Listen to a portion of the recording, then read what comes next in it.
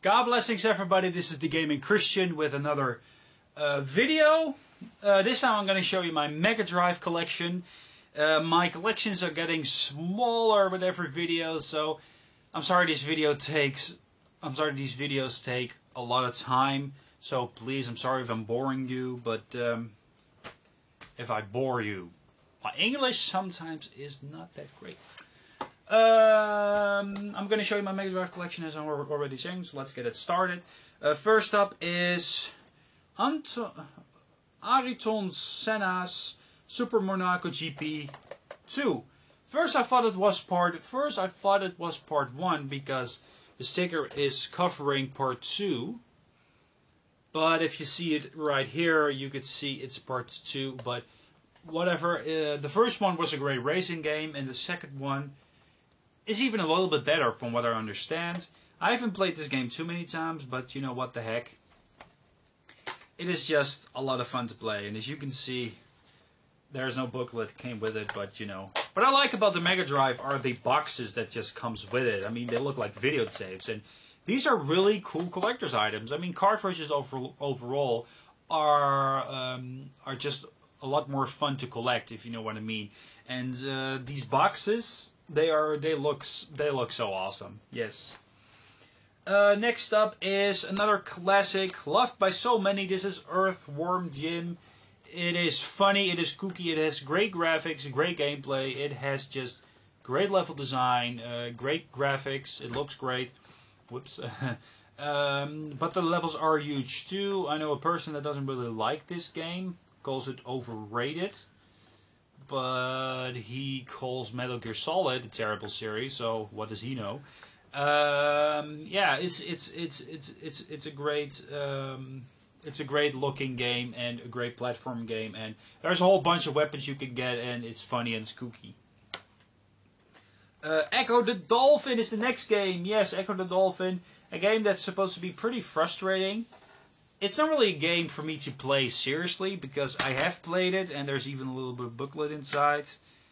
And it is frustrating, but the reason why I bought Echo the Dolphin, when I was a kid, I was sold to this game. I saw screenshots, I saw the name, and I was like, this is an awesome Mega Drive game. And I bought this, and I bought that game for that reason. But from what I understand, it's a pretty frustrating game where you sometimes don't know what to do, so oh well. Next up is another classic. It is Golden Axe. Yeah, that's right, Golden Axe. A beat 'em up with weapons this time. It is a very good, very difficult, very challenging, very good looking beat 'em up game with weapons. And you can use magic and special attacks, you can use upgrades. Yeah, this is a very fun game, and you can even ride on animals. I mean, sometimes an AI comes along with and he sits on an animal, and you knock them off, and you can use that animal. And of course, you have your 3 warriors. You have the slow strong elf. You have the middle guy, the middle barbarian, and you have the woman that is fast and not as strong. I don't really remember which I always chooses, but I only played this game once, and it's a pretty challenging but a fun little game. So, and it's a classic, people. I know a classic when I see one. Mortal Kombat, yes, a game that was very controversial in the game. Another game that's questionable for Christians to have, since I am a Christian. I'm gonna make a different video about that, like I already said a million times. But it's a very great game. This game is a lot better than the Super Nintendo version. I think the Super Nintendo version was not that great because it had a difficulty curve. The first fight was really easy, but then the second fight was harder, and the AI gets a lot easier if you lose too many times. So, don't know what's that all about. But yeah, Mortal Kombat, a classic game. To my opinion, not the best fighting game. A lot of people always talk about Mortal Kombat, when games like Tekken, Street Fighter, and Soul Calibur are a lot better. And I even forget Virtua Fighter. It's unbelievable. And don't forget the King of Fighters. Virtua Fighter. I already said that game. Sorry, there's a whole bunch of... And Mortal Kombat is a very good fighting game series, but maybe a little bit overrated. because people only calls this game good because of the extreme violence, and I personally think that good solid gameplay is far more important than violence, you know. But Mortal Kombat was popular because of its, you know, violence. You have like these fatalities, you know, when the enemy, you know, waits for you to attack and you do the fatality. It's always a little bit extreme or weird or whatever. But that is the reason why the game is so. That's one of the reasons why the game is so popular. The game is just solid. I totally agree with that. But still, you know, that's why I think it's not the best fighting game ever. Next up is a solid Rayman-like platform game. It's Rise Star.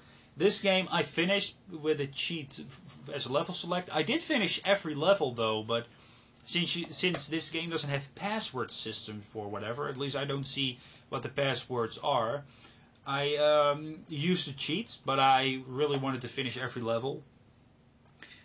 And so the game wasn't really all that hard since I had infinite continues, because if I finished the level, I would just quit, and I would just start all over again with the cheat so I can, you know, choose that level that was going to be next. And Rise Star was a very fun platform game. It was cartoony, it was fun, it had a lot of fun levels, it had great gameplay, good graphics though. Yeah, Rise Star is solid two-dimensional platform game. Next up, or the next two ups, are Sonic the Hedgehog 1 and 2. Solid game, even more solid. This is supposed to be one of the better Sonic the Hedgehog games, even though I'm not really agreeing, because I have another Sonic game, but it's not really in a cartridge form. It's Sonic and Knuckles. Yes. And why does the cartridge look so different? Well, you do either one of these versions on top of this one, and you can play as Knuckles in these two versions. Yes, but if you put this cartridge alone in, you can play the game Sonic and Knuckles. So if you have Sonic 1, 2, and even 3, I'm still looking for 3, but if you have Sonic 1, 2, and 3, you can put it right in. You can play as Knuckles in either of these versions. And Sonic and Knuckles itself is a very solid video game. Not because of the function to put these games in, but also because of the game itself. The game itself is just fantastic. So I just showed you guys that. Overall, Sonic the Hedgehog 1 and Sonic the Hedgehog 2 are both great, solid games. Part 2, a lot of people call this, yeah, I think Sonic 3 is better than Part 2. And you have so much good Sonic games. Don't count most 3D Sonics, like the 2006 version. It's not that great. But sorry about that. Yeah, you know, I think Sonic fans call Sonic 2 the best game, but I don't know. It's debatable. Let me just tell you that it's debatable. Next up is a very good classic beat 'em up. It's Streets of Rage. Yes. Streets of Rage is a very classic beat 'em up, a solid one, just like Final Fight, just like Golden Axe. What can I say? A good beat 'em up with good gameplay, challenging gameplay. I think I've even finished the game, I think, although I'm not 100% sure. I got far. No, I didn't finish that game. Or did I use a cheat? I don't really remember.